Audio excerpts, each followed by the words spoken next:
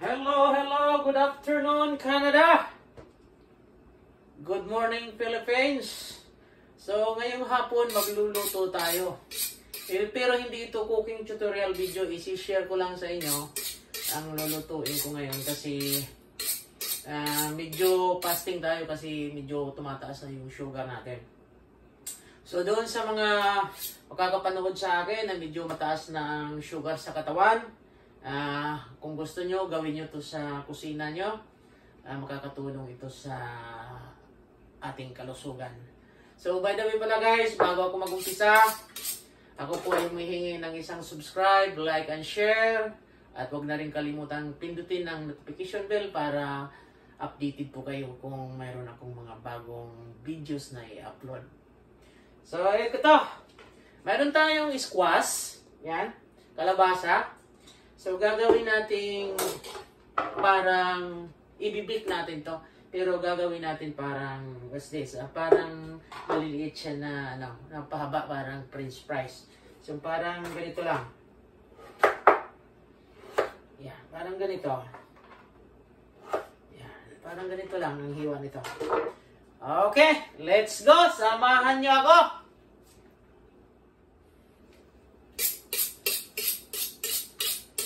By the way pala guys, kung halimbawa kayo medyo mataas na yung sugar ng katawan nyo, huwag nyong baliwalain kasi pag nagka-diabetic ang tao is more complicated na sa katawan. So huwag natin pabayaan na tumaas yung sugar natin. So kailangan monitor pa rin natin yung sugar sa katawan natin. So ako, kagaya ko, nag-monitor ako sa sugar ko. Medyo malapit na sa boundary yung sugar ko sa katawan na magiging diabetic. Kasi yun ang iniiwasan natin na maging diabetic tayo. Kasi pag ang tao naging diabetic, so marami ng komplikasyon sa katawan. Papasok dyan, tataas yung blood pressure natin. Pag tumaas ang blood pressure, siyempre pag magpapadoktor tayo, re-resetahan tayo ng gamot, magtitik tayo ng gamot. Pag more na take ng gamot sa katawan natin at hindi kaya ng ating immune system, mahina ang katawan natin, hindi masyado matunaw ang gamot na tinitake natin, tatamain yung bituka natin, magkaka-cancer tayo, colon cancer. So yun ang iniiwasan natin. So ito na, nahiwa ko na to. Timplahan lang natin para hindi naman masyado masagwa. So right. Okay. Black pepper. Yeah. Black pepper. Salt. Kunti lang ang salt. Huwag masyado. Just a little bit of salt. Of course, sabi nila, iniiwasan ng mantika. Pero ito gagamit tayo. Healthy naman to kasi olive oil. Kunti lang. Kasi pag wala ring mantika, hindi yan ki-crispy doon sa loob mamaya. Okay?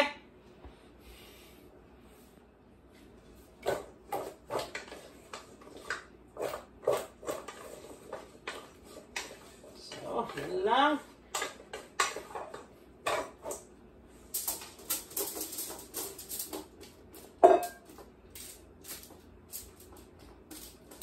Pwede na rin natin kamayin kasi papasok pa naman to sa oven. Yeah. So, don't worry. Kasi lulutuin pa naman natin ito. Papasok pa rin sa oven. So, dadaan pa ito sa mainit masyado. Kaya, no problem kahit kinakamay natin. At saka, malinis naman kamay natin. Okay? So, ang pangparis natin yan, ito mga guys, squash, and then, I have a fish. See? Kung paano. Yan. So, iihawin lang natin yan. So, ibuhos ko na to kasi may ano to eh. May salt and black pepper.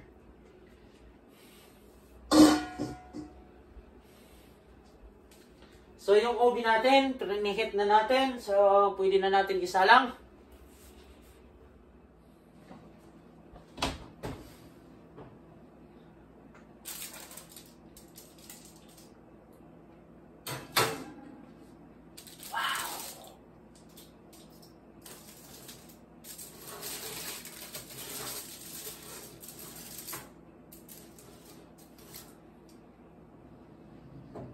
Okay, after 10 minutes, ito-turn natin yan para pantay yung luto niya.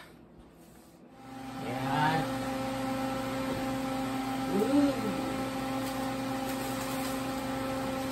Wow. Okay. Yan. So, hindi pa luto yan. Hindi pa ito tapos. Ito-turn pa natin itong ganito. Ganyan. Yan.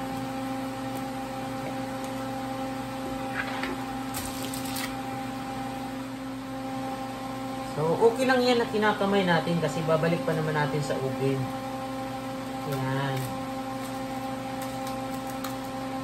Okay lang yan. Kakamay natin kasi balik pa rin natin sa oven. So, yung isda natin, nandun pa. Yung kumpanot, nandun pa. Yan.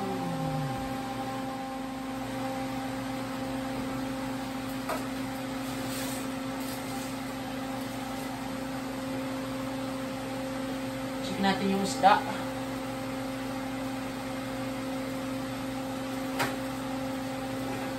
Wow! So, i-turn na rin natin.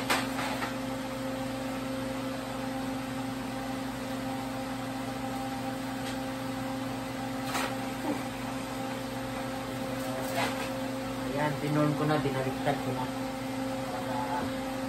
Para mas masarap. Whew! Okay. Antayin ulit natin mga 10 minutes. Antayin ulit natin mga 10 minutes.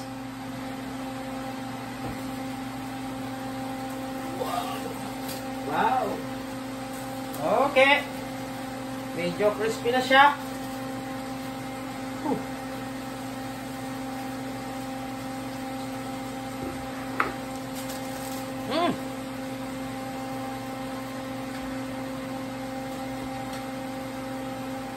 Sarap!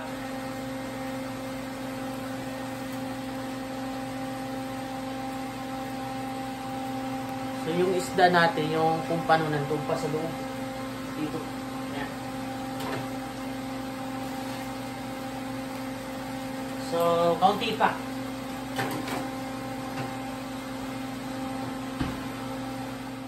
Alright, mga guys!